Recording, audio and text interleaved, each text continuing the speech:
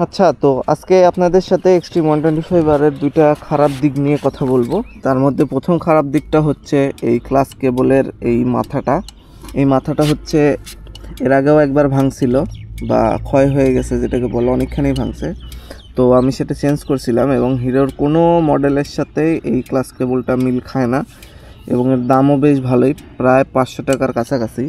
যেহেতু ক্লাস কেবল খুবই একটা দরকারি জিনিস একটা বাইক চালানোর ক্ষেত্রে, তো আমি চেঞ্জ করে নিয়েছিলাম যে কখন ছিঁড়ে যায় বা কিছু হয় নাকি এই জন্যে।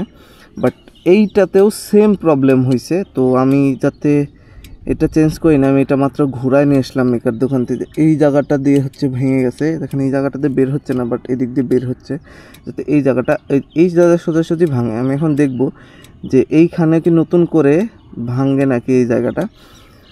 আর আরেকটা যদি খারাপ দিক বলি তাহলে হচ্ছে এটার ফিউল মিটারের রিডিং। তো পরশু দিন হচ্ছে আমার বাইকের তেল পুরোপুরি শেষ হয়ে গেছিলো।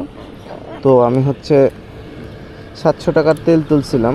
700 টাকা অলমোস্ট 5-5.5 লিটার তেল হয়।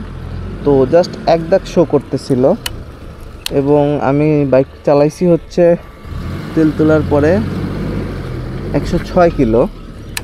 এখন এই দাগটা হচ্ছে ব্লিঙ্ক করতেছে 106 কিলো চালানোর পরে।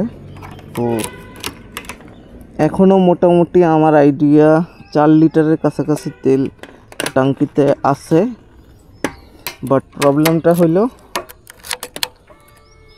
4 লিটার তেল থাকা সত্ত্বেও এই মিটারটা হচ্ছে লাফালাফি করে বা হচ্ছে ফিউল ইন্ডিকেটরটা অন হয়। তো যারা হচ্ছে এক্সট্রিম বাইক ইউজার আছেন তাদেরকে আমার পরামর্শ থাকবে, যখন লাফাবে সেই ক্ষেত্রে থেকে তেলের হিসাব করবেন 4 থেকে 4.5 লিটারের মধ্যে, যখন থেকে এটা ব্লিঙ্ক করা শুরু হবে বা হচ্ছে এখানকার ফিউল ইন্ডিকেটরটা জ্বলবে। এটা একটু রিডিংয়ে হয়তো ঝামেলা আছে বা হয়তো কোম্পানি এইভাবেই রিডিংটা ফিক্সড করছে যে রিডিংটা এইভাবেই দিবে, মিটারে শো করবে। জিনিসটা ভালো আবার খারাপও। আমি আরও 2-3টা বাইক যারা এক্সট্রিম ইউজ করে তাদের থেকে শুনছি, ওদেরও সেম প্রবলেম। তো আশা করি যে এটা সম্ভবত এই বাইকের রিডিং সিস্টেমটাই এইভাবে। আশা করা যায় পরবর্তী মডেলে হয়তো এটা আরেকটু পারফেক্ট হবে। তো আজ এই বলে বিদায় নিচ্ছি। যদি ভিডিওটি ভালো লাগে অবশ্যই ভিডিওটি লাইক করে চ্যানেলটি সাবস্ক্রাইব করে দেবেন। দেখা হবে পরের কোনো ভিডিওতে।